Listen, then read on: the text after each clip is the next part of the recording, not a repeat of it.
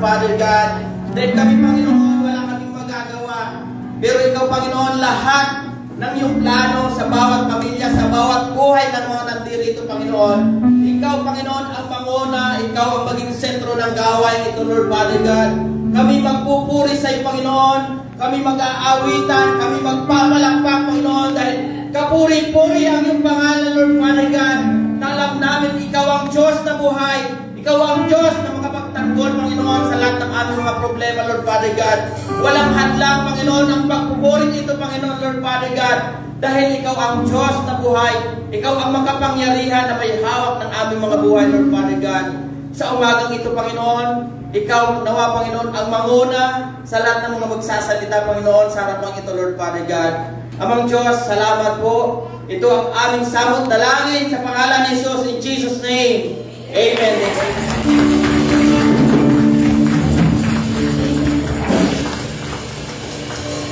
Hello. Amen. Good morning, Pastor Bautista. Rainy morning po. It's so nice to see you po dito sa church. So, batiin nyo naman po ang inyong katabi na masaya ako na nandito ha. Ayun, sabi nga po ni Kuya Johnny, no, hindi po lang yung ulan para papurihin po natin ang Panginoon. So, sa umaga po na ito, wala po tayong magagawa. Purihin po natin ang ating Panginoon. Itaas po natin ang ating mga kamay. Tayo po sumayaw habang tayo po yung marawin.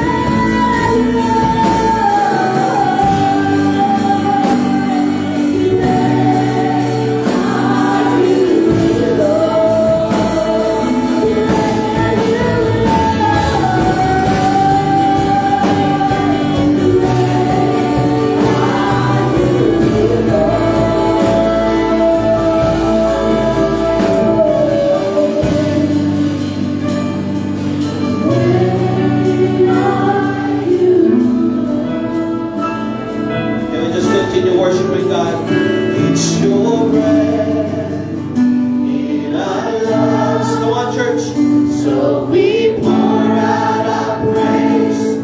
We pour out our praise. It's your breath in our lungs. So we pour out our praise to you. Once more. It's your breath in our lungs. So we pour out our praise. We pour out our praise. It's your breath in our lungs. So we pour out our praise to you only. Hallelujah, Jesus. We thank you, Lord, for your presence today. Hallelujah. Can we just give thanks to God sa pagpupuri natin sa Panginoon sa umaga na ito? Magbigay pasalamat po tayo habang nakataas ang ating mga kamay sa ating Panginoon. Can we just give praises? Can we just give thanksgiving sa kabutihan ng Diyos sa buhay ng bawat isa? Sige po, lakasan po natin ang ating papuri sa Panginoon habang nakataas ang mga dalawang kamay natin sa Panginoon. Hallelujah! Oh, hallelujah! Come on!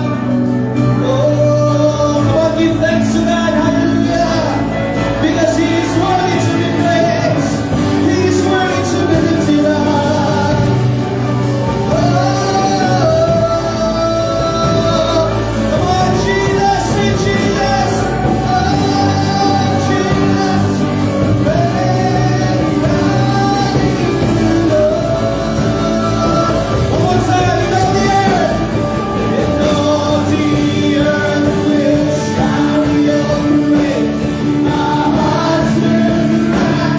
This voice will sing, sing it.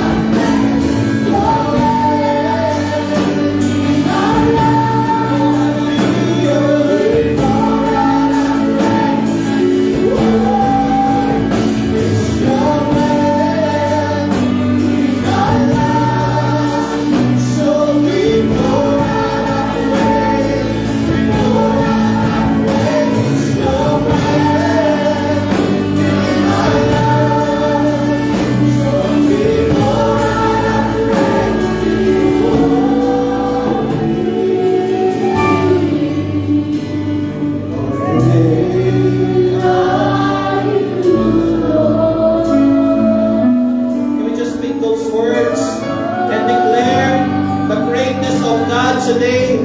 Hallelujah. Truly, God, you are great, O Lord Jesus.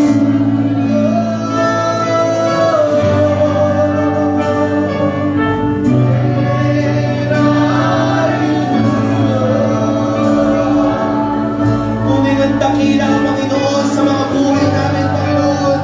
Kaya sa oras na ito, Lord, karapat-dapat kang itaas, sambahin sa Espiritu at katotohanan. Hallelujah, sa pagtasa namin mga kamay, Panginoon. Ika'y aming dinadakila, ika'y aming sinasamba sa oras na ito, Panginoon. Hallelujah, Father God, we recognize your presence in this place right now. In the name of Jesus, in the name of Jesus. Oh, yararabashanda, yararabashanda. Thank you, Father God, for this wonderful morning, O God. Salamat sa iyong presensya, Panginoon. Dahil nagpapatunay nga na tunay na nandyan ka sa aming mga buhay, Panginoon. And And Father God, as we worship, O Lord Jesus, we declare your name, Father God, sa every corner ng simbahan na ito, Panginoon, in the name of Jesus, Lord. As we declare your name, Father God, alam namin, O God, ang kaaway takot na takot sa amin, Panginoon. Dahil sa oras nito, Lord, siya ay talo na. Siya ay talo na. Tinalo na namin ang karamdaman. Tinalo na namin ang mga problema, Panginoon. Tinalo na namin ang mga anxiety, ang stress, O Lord Jesus, because we have you in our life, O God. Hallelujah. Salamat, Panginoon, sa araw nito. Dahil yan, Panginoon, karapat-dapat na itasambahin sa Espiritu at katotohanan, O Lord Jesus. Hallelujah. I pray, O Lord Jesus, today, sa oras na ito, Panginoon, sa lahat na may mga karamdaman sa oras na ito, taas niyo po inyong kamay sa oras na ito, and we will pray for healing in the name of Jesus. Lord, Father God, I pray sa lahat po na may mga karamdaman sa oras na ito. O God, iparanas niyo po ang iyong kagalingan sa pangalan ni Jesus, O Lord Jesus, sa pamamagitan na yung dugo na dumanang sa krus ng Kalbaryo. Father God, we claim the healing right now in the name of Jesus. Receive it in the name of Jesus. Hallelujah. Receive the healing right now, Father God. Hallelujah. Lord, sa oras din ito, Panginoon, hindi po namin makakalimutan, Lord, yung mga kapatid po namin na tinamaan ng bagyo, Panginoon, nakaranas ng baha, Panginoon, pero hindi sila nakatulog ng maayos because of the typhoon, O Lord Jesus, nasira ang mga bahay, Panginoon. Lord, we pray for these people, O Lord Jesus. I pray, Lord, na i-touch mo ang mga tao ito, Panginoon. Bigyan niyo pa rin sila ng pag-asa, Panginoon, sa kanilang mga puso at isipan, O Lord Jesus. And I pray, Father God, magkaroon po kami ng opportunity to reach out these people, to help these people, O Lord Jesus. Hallelujah. So, oras nito, Lord, we are praying for them in Jesus' name. Huwag niyo po silang pabayaan, Panginoon. Hindi pa kami makarating doon, Father God. Lord, gumamit po kayo ng mga tao to reach out these people, O Lord Jesus. In the name of Jesus, lalo-lalo na, Panginoon, yung mga kapatid namin sa northern part, Panginoon, ng Pilipinas. I pray for these people in the name of Jesus, in the name of Jesus. Hallelujah. We also pray, Lord, for those who are looking for job, for opportunities right now. Hallelujah. I pray for these people, Panginoon, naway kayo po ang tumugon, Panginoon, sa mga panalangin nila na bagong trabaho, bagong opportunities, O Lord Jesus, na naka-align, Panginoon, sa iyong kagustuhan, Panginoon. In the name of Jesus, I pray that I do believe, Lord, that you will answer this prayer in your time, Father God, in Jesus' name, in Jesus' name. And Lord, Father God, we pray for each family na nandito, Panginoon, sa oras na ito, God. Hindi man buo ang kanilang pamilya, may iba man na buo, Panginoon. I pray, Lord, that you touch this family, Lord. I pray na soon, Father God, madala nila, makasama nila sa pamilya nila, Panginoon, sa iglesia na ito, Lord, in the name of Jesus. Hallelujah. And also, Father God, before we forget, Father God, we pray for our government, O Lord Jesus. I pray that you touch our leadership, Panginoon, sa aming bansa, Panginoon. Lord, kayo lamang po makakakontrol sa lahat, Panginoon. Kayo lamang po, Lord, ang may nag-aalaw sa mga pangyayari sa buhay namin. But Lord, we pray, control our leadership of our government, Lord Jesus. Nawa, Panginoon, bigyan niyo po sila ng takot sa iyo, Panginoon. Wisdom how to lead our country, O Lord Jesus. From the president to barangay leaders, O Lord. I pray for all the leaders, mayor, governors, congressmen, senators, O Lord Jesus. Nawa, Panginoon, i-bless mo ang mga tao na nakaupo na dito, Panginoon. Give them wisdom, give them fear of you, O Lord Jesus. Hallelujah. Dahil ang bansang Pilipinas po ay para sa iyo, O Lord Jesus. Hallelujah. Ang bansang Pilipinas ay para sa iyo lamang. At ang mga pamilyang nandito sa Pilipinas ay sa iyo lamang, Panginoon. In the name of Jesus. Hallelujah. Today, as we worship you, Father God, buo kami magbibigay ng pasasalamat at papuri sa iyo lamang, Panginoon. Salamat, Lord, dahil nakarating po ang bawat isa na nandito. Hindi nalintana ang ulan, Panginoon, at nakarating dito, Lord Jesus. Pero Lord, our prayers goes to those people na hindi rin nakarating, Panginoon, nakaranas ng baha, Panginoon. I pray na mabot sila through our live stream, Father God. makarinig sila ng salita ng Panginoon, ma-encourage sila, Father God, ma-uplift ang kanilang mga spirit, Lord, right now. Thank you, Father God. We bring back all the praises and honor to you, and everybody shout, Amen, Amen. Bigyan mo natin yung mga sabi mo ng Panginoon. Amen. Hallelujah. Praise God, Amen. Good morning po sa ating lahat. And syempre, kasama po natin ating daughter church, Life in the Word. Palapakan po natin sila. Nandito po sila ngayon. Amen.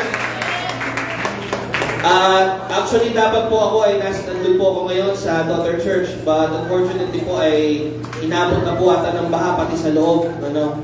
So hindi po talaga possible ang pagkakaroon ng church service doon. But we are glad to see everyone here. May mga empty chairs pa po ako nakikita. Napakahirap po talaga magbiyahe. Amen. Lalo po yung mga nakamotor. Alam po yung feeling kasi nagmotor din ako eh. No, bigla na lang bubuhos ang ulan. Tapos bigla na lang hihinto. Tapos yung ulan pa naman, as in, parang binuhusan ka ng, ng timba eh, ano? But I hope na okay po ang bawat isa. Amen? Pwede ba natin bigyan ng malakas na palakpak si Lord? Amen? Ano yung malakas na palakpak para sa Diyos na buhay? Amen? Hallelujah. I assume na we don't have any visitors today. Wala naman siguro, Sige po, can we all stand up and alam ko po may mga nahuling dumating kanina dahil po sa ulan. Tayo po tayong lahat. Can we just welcome each every one of us here. Magkamayan po tayo muli sa oras na ito. Amen? Hallelujah. Sige po. Ayan. Can we just go around? Kamayan po natin ang bawat isa habang nagpa-play po ng music ng ating media team. Amen. Sige, gusto natin ang konti. Yan. Yung mga nahuli po tumating, kamayan nyo po. Praise God. Hallelujah. Praise God. Amen. Good morning. Maulan na umaga. Good morning yan. Praise God. Amen.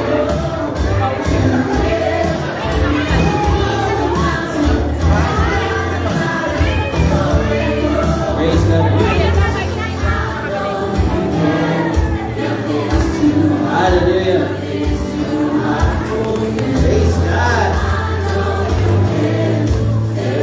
Hallelujah. Good morning to everyone of us.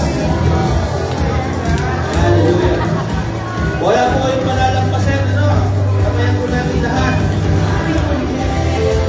Amen.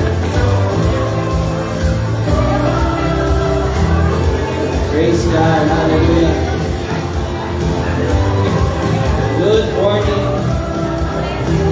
Praise God. Hello. Salamat sa Diyos. Kahit maulan, nandito ka. Amen. Hallelujah. Hindi lang paminag sa ulan. Amen. Here we go. May we call on our offertory, Pastor Dexter Abbas.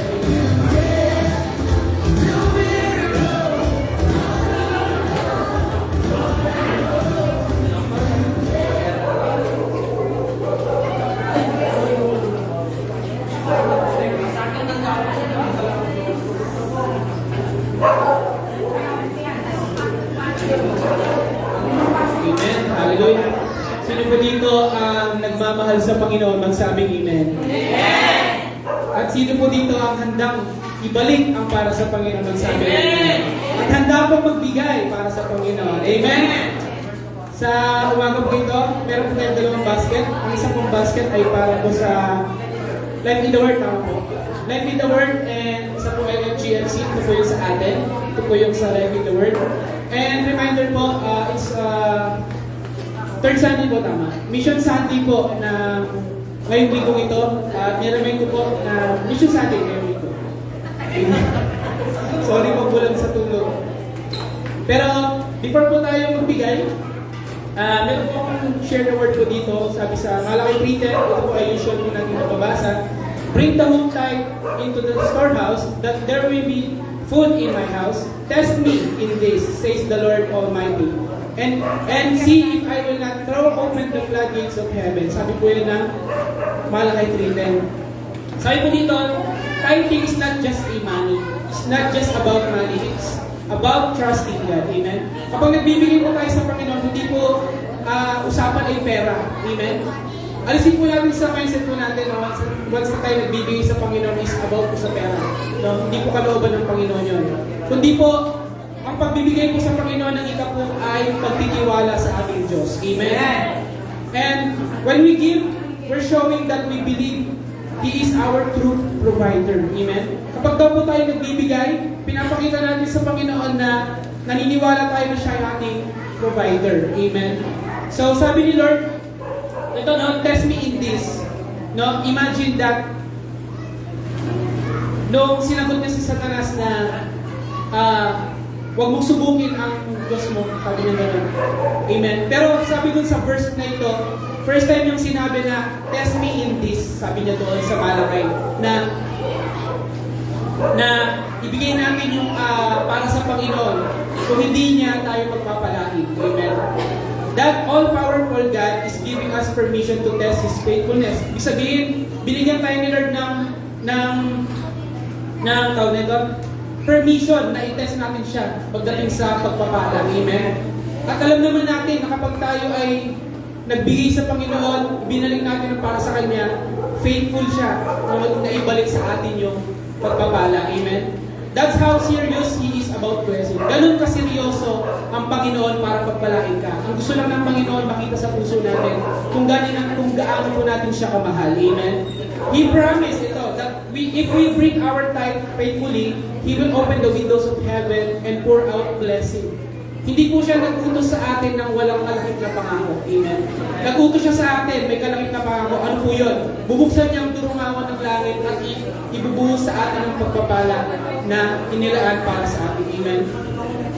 So, more than we can contain. Hindi na natin minsan wala na sisidlan para sa atin. Not just financially, but it's peace, strength, and protection. Ibig sabihin po, ang pagbibigay po sa Panginoon is hindi lamang po benefits natin na pagpalain tayo through financial, through money, or material things. Kundi po, kapayapaan sa ating puso, kalakasan sa ating pangangatawan, at protection sa ating buong family. Amen? So today, no, let's give with joy and faith. Amen?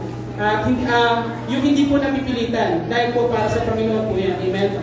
Sa oras po na ito, tayo po yung manalangin at tayo pansamantalang tumayo po. Panalangin po natin ating mga kita po at offering. Lord, maraming salamat po sa umagang ito na although maulan, Panginoon, iningatan niyo po kami na makarating po sa lugar na ito, Lord God, sa iyong bahay panambahan. And we know, Father God, na bago pa man po kami lumabas sa lugar na ito, ay pinagpala niyo na kami, Panginoon. At Lord, sa mga bibigay po namin na ikabu, Panginoon, mga offerings, Father God, mission, Father God, we pray na ito'y magamit sa iyong kapurihan lamang, O God, in the name of Jesus. Lord, we give with faith and love, Panginoon, sa iyo. Kaya Lord, alam ko, Panginoon, na hindi mo pagkukulangin ang iyong mga anak, Panginoon. Maraming salamat po, Lord God. At sa oras ito, Panginoon, kiniklaim na po namin ang pagpapala na inilaan niyo po sa amin, Lord God. Maraming salamat po, Panginoon. Ito lamang po ang aming dalangin sa pangalan ni Jesus. Amen, amen. Sige po tayo po magbigay.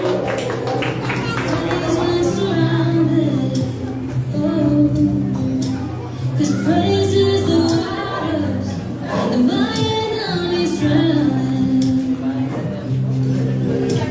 As long as I'm breathing, I've got a reason to praise the Lord, oh my soul. Praise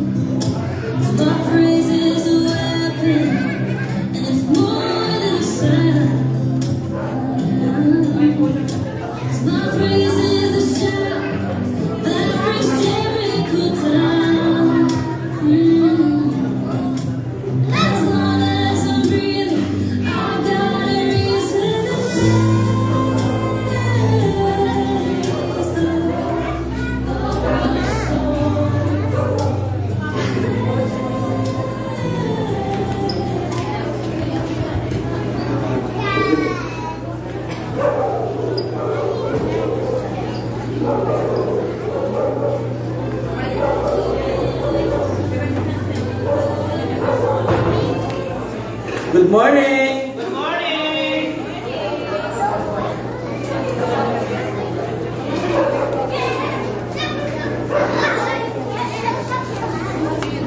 Let us bless yung mga bata ko sila sa school.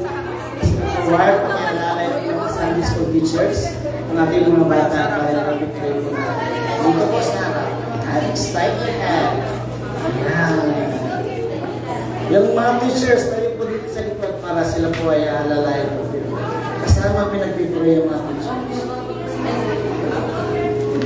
Tayo po'y tumayo at tayo pag-pray po natin ang mga anak natin.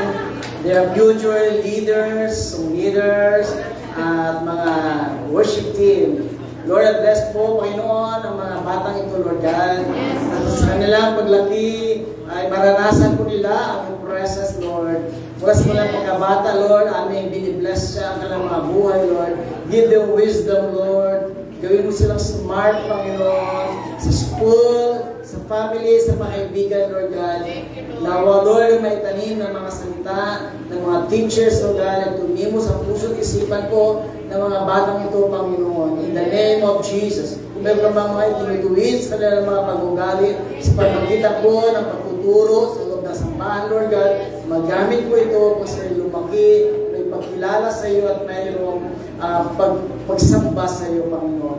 I-bless po ang bawat teachers, ang bawat isa, at mga parents na nagdala ng kanilang mga anak at mga apo, Panginoon, dito sa panambahan, sa pagkitong kaparaanan na nais po ninyo para sa aming pamilya. In Jesus' name we pray with thanksgiving. Amen. Hallelujah.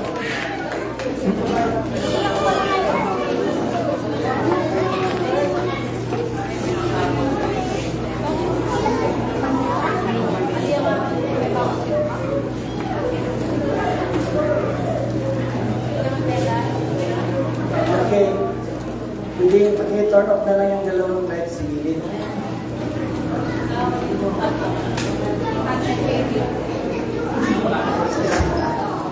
Ayan. Lisa, kasi hindi magpapagod. Hindi ba yung Hallelujah! Amen! God is good. All the time. God is good.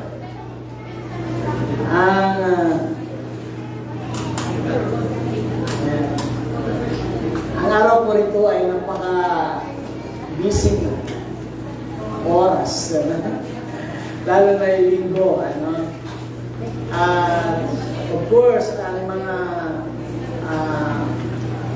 sitwasyon po natin ay ayaw din mabasa, gusto makapag-travel na hindi tayo na mabasa. Gusto natin na maging safety lang. Amen? Pero hindi po nakinadlan yung mga katulangan. Pagkos, si Lord po ang ingat sa atin. Amen? Sige po. Today, we would like to speak to you about this topic, which is transport. Ito po ay ilang linggo ko na po itong pinag-iisipan itong topic po nito. At hindi po madaling ibuo sa isipan at sa pagsula. But thank God. Ang unang naging problema po natin sa araw nito yung pagpunta natin dito. Tama po ba? Yes. Yung pagka-transport po natin, papunta dito sa church. Tama? Yes! So, kapag iniisip niyo po na kayo nainitan, naulanan, ano po iniisip ninyo? Sana ay mayroon akong sasakyan. Amen? Dahil parang di ako mabasa, hindi maulanan, hindi mainitan. Amen? Sino po sa inyo nagde-desire na magkaroon ng transport kay sasakyan? Kasi na ba? Ayan? Sino naman po yung gusto magpapa-upgrade na kanyang sasakyan? Kasi na ba? Ayan. Lahat po, desire po natin yan. But, ano nga po ba ang ibig sabihin na topic po na ito? No? Yes, transport, evangelism, and discipleship. This is one way to move the gospel forward through using transport, evangelism, and discipleship. Matthew chapter 28, verse 19 to 20, it says there, "Go therefore and make disciples of all nations." The main thing, like a vehicle, carries people from one place to another. Amen. Amen. We are here dahil meron tayong sinakyan. Hindi ko alam kung meron naglakad, pero most of us ay sumakay ng mga jeepney, tricycle, motor, kung ano man, maganda man o pangit na sasakyan, no? Sumakay po tayo. Amen! Amen! Alam ko, hindi ko nag-breakfast. So, we need vehicle. Amen.